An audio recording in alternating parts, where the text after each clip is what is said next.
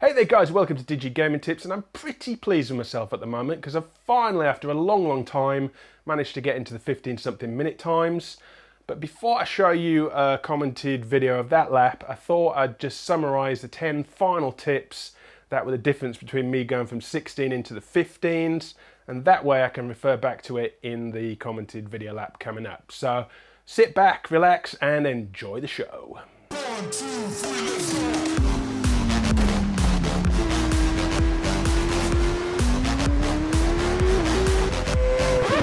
Tip number 1 is carry speed through corners. Maintain good bike momentum. Good example here at the first slow corner at Quarter Bridge.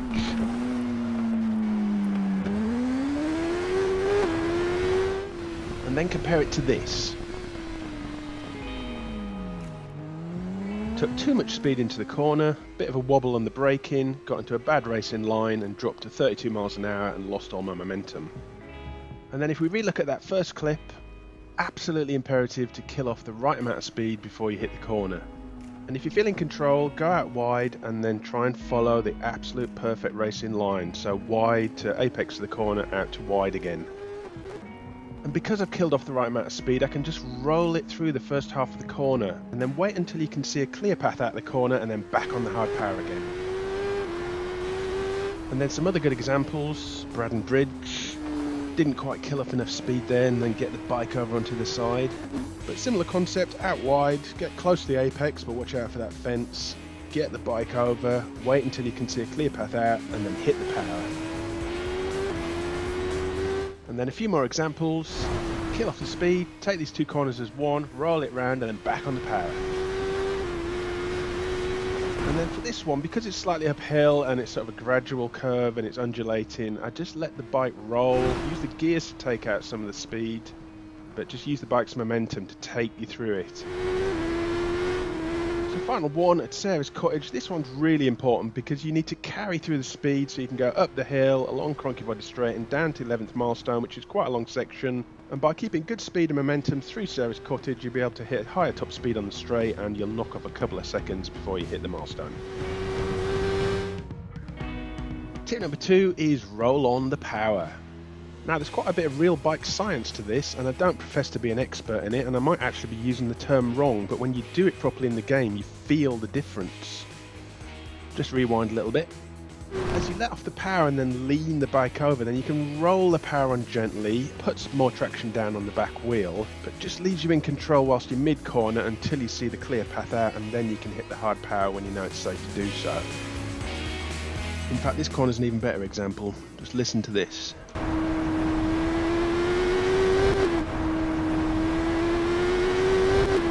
Let off the power, lean the bike over, and then from the centre point or after it, just roll the power on gradually and you get a really fast, smooth exit. And tip number 3 is de-risk hotspots. And by hotspots I mean corners where you regularly crash, or high-speed corners where millisecond turning accuracy is needed, or bumpy bits of road, bad cambers, or bad bits of tarmac. And for me, I usually want a clean lap. If I crash before I get to Ramsey, I usually restart, and in some sessions I might not even make it onto the mountain. So it's got to the point now where I'm approaching certain bits and I'm having to actively tell myself to de-risk, de-risk. In fact, I've been watching that Formula 1 series on Netflix and I sort of imagine Christian Horner on the radio talking through to me something like this. De-risk this section down, de-risk. And surprisingly, it actually works. Although I did hit the curb there, which was not ideal. And let's just have a couple more examples just for the lols. De-risk this section down, de-risk.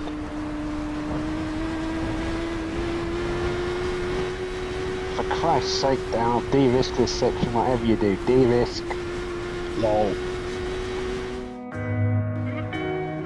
Tip number 4 is anticipate corners and initiate the lean-in sequence. And in order to do this, of course, you're going to need to have a pretty detailed memory of each of the 270 or so corners.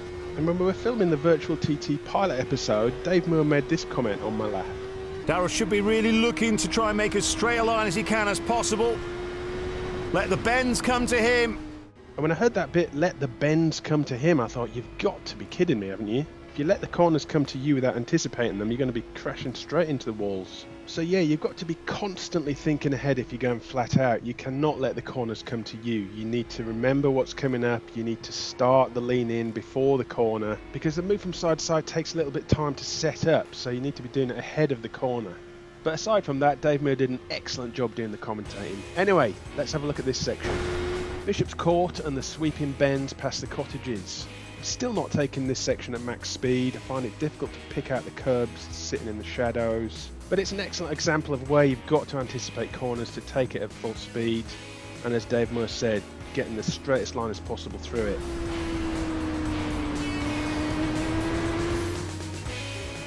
Tip number 5 is smooth as silk. And I guess this tip is exactly as it says on the tin. Do smooth movements, do tiny turns like I mentioned in the last tips video. And it makes it all far less dramatic and reduces your chances of crashing. Or put in other ways, don't turn too much, else you'll just have to do another turn to correct it and risk unsettling the bike, as shown in this clip.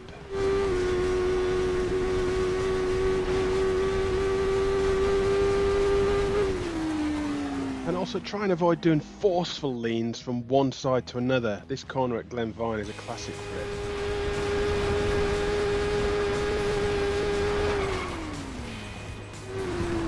So yeah, smooth is key, and if you try and follow those previous tips I've given you in terms of anticipate corners, roll on the power, half power, tiny turns, then you should find, once you've memorised the course, that it makes for a cleaner lap.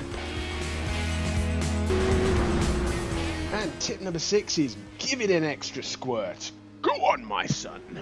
And yep, I'm still talking about TT fast lap times, but what am I talking about? I'm talking about little gaps between corners where you might think I'll just freewheel it since it's not very far, but in the truest sense of killing off sub-seconds, there's an opportunity for slightly increasing your average speed across the whole lap. Case in point just there, rewind please.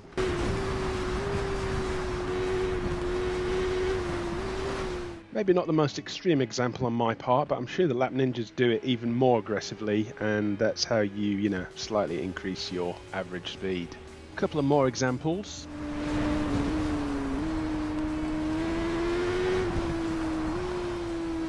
I mean, it's nothing mind-blowing, but it just fills all the little gaps around the course with a little squirt of extra speed. It does all add up. And then a couple of bits here.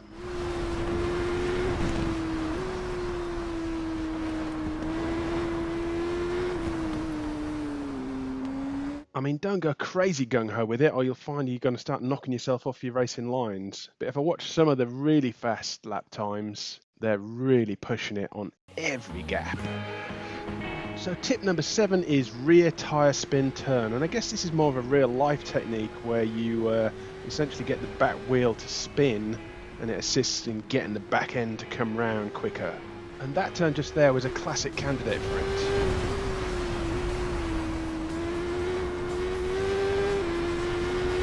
Now, I can't validate exactly what the game developer's done here, whether they've simulated the exact effect in real life, but the act of spinning the wheel means it's losing traction and it's trying to slide out, which is turning the bike more. Maybe the effect is more visible in the game if you turn traction control off. And I was going to leave it there, but then I had a word with myself and said, come on, Mr. G, stop being lazy, why don't you test it out? Okay, so turn traction control system off, and then try that same corner at Greba Bridge.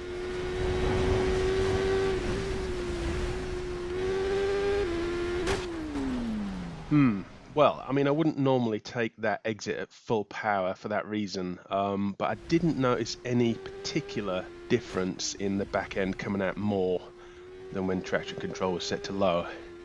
Let's try it again, and I'll use the sort of power I usually use to exit that corner.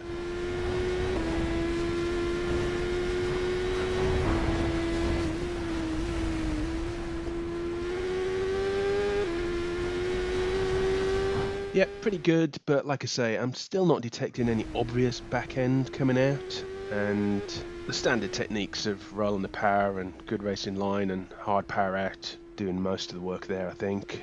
Anyway, if it's there, it's minimal. If it's not, then request the developer, please, can you add that to TT3? And And tip number 8 is continuing a similar theme, but in this case it's using split braking and using the rear brake to kind of slide the back end round as you go around the corner.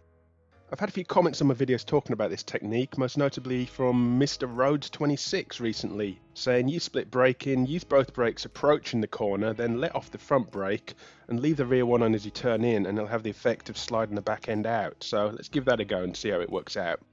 Now, I don't usually use split braking, I'm more of a combined braking person. There's too much craziness going on as it is without having to think about two different brakes. But I guess the more immediate question is, which buttons do we assign for each brake? Normally I'm an R2 for throttle and left 2 for brake. And I tried left 2 and left 1 for both brakes, but that's very odd and very difficult to do the steering at the same time. So I'm not going to be an accelerator when I'm braking, so I've switched R1 for front brake and left 2 for rear brake. And obviously remember to change brake method to split in the gameplay settings. Let's see how that performs. In fact, I thought I'd take that same Grieber Bridge corner with just the rear brake initially just to see how that handles. Yeah, hardly had any braking effect and didn't notice any slide. Or similar to the previous tip, I wonder in this case if it's the mechanical aids that are stopping the back end from sliding out, in this case the anti-lock braking system. Let's turn that off and try it.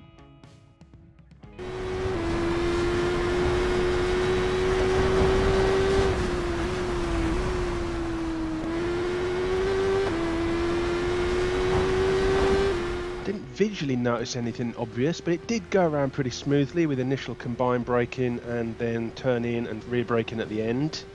Let's chuff on to Balacrane and see what effect it has on that corner.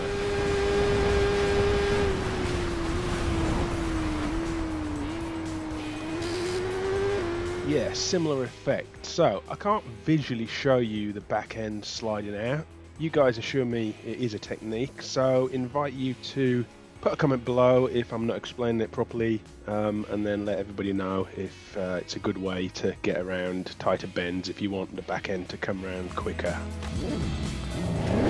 But while we're on the subject of split braking, I've had some other comments to say to control the initial wheelie, if you've got it set to anything other than high, when you pull away, you can hold the back brake a little bit and lean forward obviously, and that sort of cancels the effect of a mega wheelie.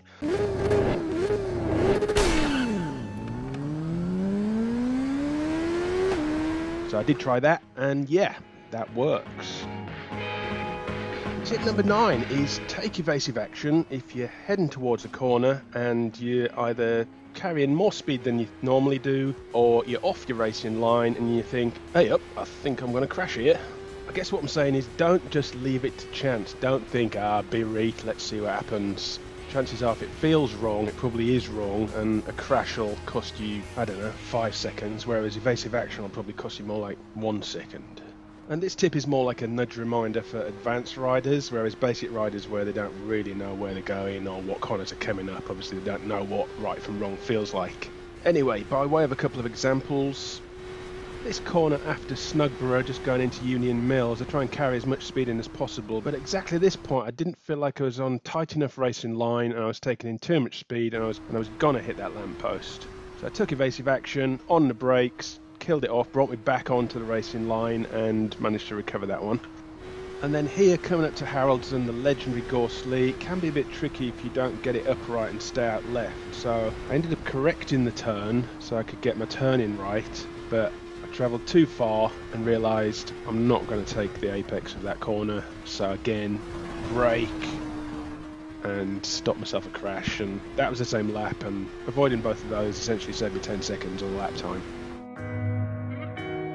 And finally, tip number 10, and it should be pretty obvious this one, but snag yourself an extra 15 seconds by upgrading your bike parts and riding in time attack mode.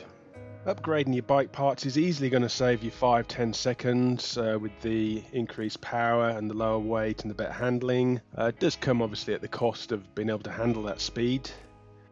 And in time attack mode, I calculate if I do a standing start, the best I can do on an upgraded superbike is a 119 something at the end of section 1, whereas on a flying start from time attack I can do a 111 something. So that's definitely got kind of like an 8-second benefit. Anyway guys, that's it from me. This is probably the final set of 10 tips videos for the TT games. I don't think I've got much more to tell you. Give me a like if any of that has helped you to get faster times or you just found it entertaining. And would really appreciate a Mr. Subscriber son, just so I know whether you want me to make more videos like this and you get to know about my new videos coming hopefully soon.